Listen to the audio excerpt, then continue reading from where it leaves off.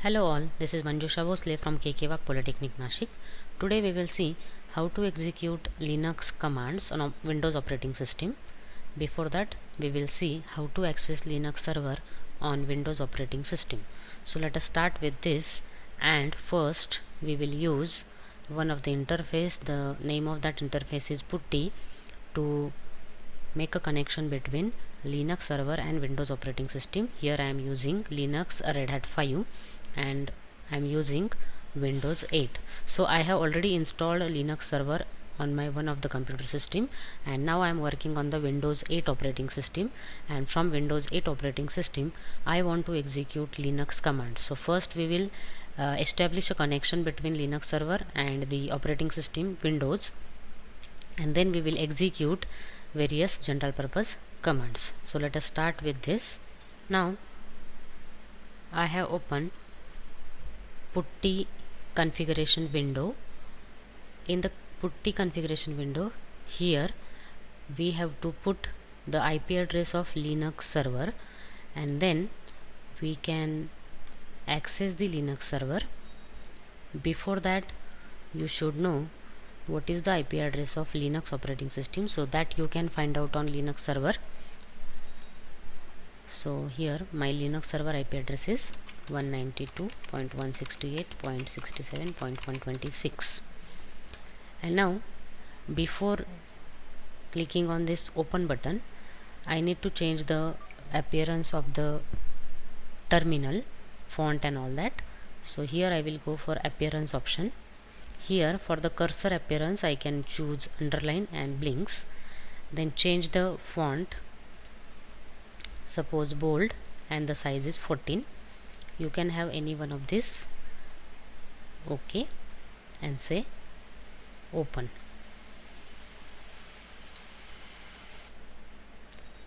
Now you can see that after clicking open button you will find out one terminal, and its title is the IP address dash putty. Now first we have to log in as some user, so that some user may be the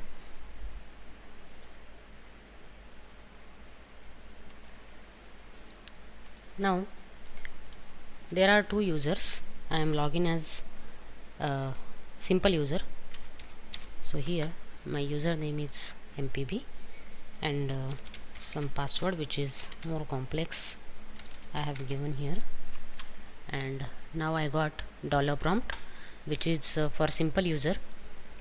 If I want to log in as root user, then also I can log in if I know the credentials of root user or super user.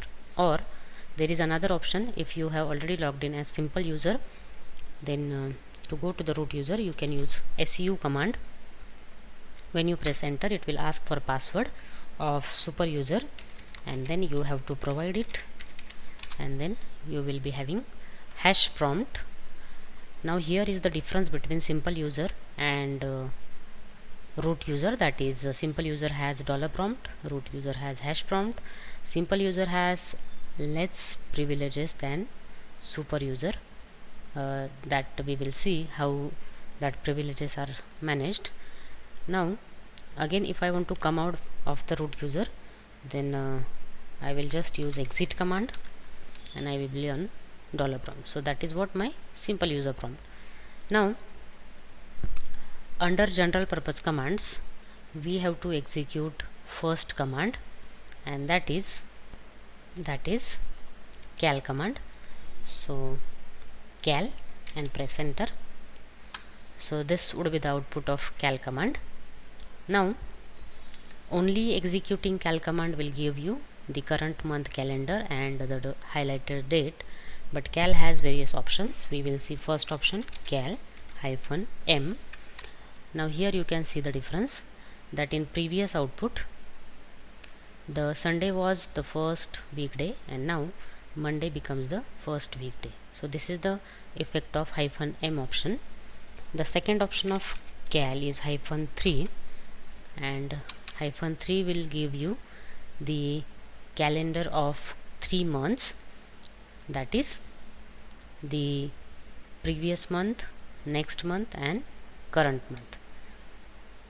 Then if I say cal and year, for example 2025, then I will get the calendar of 2025. Now here you can see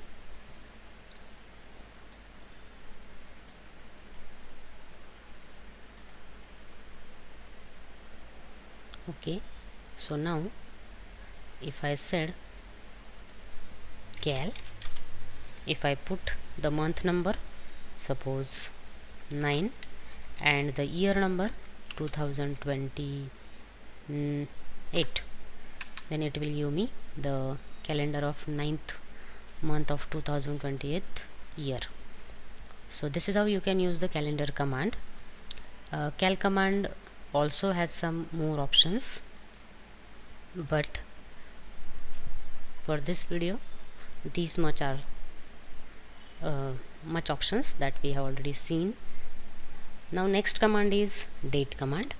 So if you put date and press enter, then you will get all the things within the date, like day name, month name, current date, current time, IST, that is Indian Standard Time or the time zone you use, and then year number. Now this date command has various options that you can see using man command, but before that we will execute one of the option with this date command. For example, date in double quote, put plus percent and suppose capital A and press enter. So here you will get the today's day name, that is full day name, but if I put small a, then it will give you abbreviated day name. If I put capital B, then it will give you full month name, and if I put small b, then it will give you abbreviated month name. So likewise, so many options are there with the date command, and that you can find out in the manual of the date command by using man command. For example, man and date, press enter. You will see, press the down arrow key to go down and see various options. See here, percent A, capital percent A, percent B, capital percent B, and all these options you can get. So suppose I want to use this percent capital D, then I can use that percent capital D, but to come out from the manual you just have to press Q key. So you are out of the manual, and I will be using capital D and press enter. So here you will get the date in MMDDYY format. If I want to concat some text with this, then I can use, suppose today's date is plus percent capital D.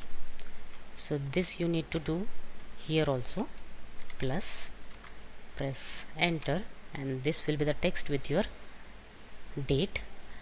Now here you can see that in one statement or in double quote you cannot use more than one plus sign. So here you have to skip this because you have used it at start of the sentence, and then press enter. So that will be the OK output. Now this is how the date command is executed, and it has various uses. You can find out the particular thing from the date by using any specific option. Now we will move to the next command, and next command is clear command. So clear command is simply clears the screen, but it does not discard the content. It just scroll down and you will see the blank screen. There you can find out the dollar prompt and you can start execution again. The next command is TTY, which is called as terminal teletype, and it will give you the name of your terminal, like device points 1. So that will be your terminal number, and that will be stored in the device directory. The next command is script command, and script command is used to record the session or whatever things you are working on your terminal, that will be recorded in the file. So if I put script without any file name, then it will just say script started and file is TypeScript. So suppose if I enter here date and cal, and now it is done, so I will use exit, it will say me script done, file is TypeScript. So the new file is created here, the name of the file is TypeScript, and whatever I have executed now, that will be stored in the TypeScript. So how to see that file? So use command cat TypeScript and enter. Here you can see that from TypeScript you can see all these commands that you have currently executed. Suppose I want to specify any another name of the file, then I can put script and file name. So suppose my recording like this is my file name and where I want to record the session. So if I say yes, it will give me the message script started, file is my recording. So if I say date in double quote plus %y, it will give me the century number, that is abbreviated 20. And if I say exit, now it is done recording, so exit, script done, file is my recording. If I say cat my recording and enter, then you can see now here I am marking something.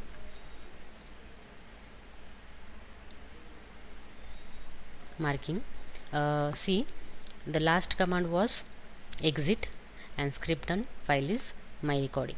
So from this file you will get this message also, script started on Friday and all that, then your command date, and then this exit also, and this script done also. So this whole thing will be recorded in the my recording file.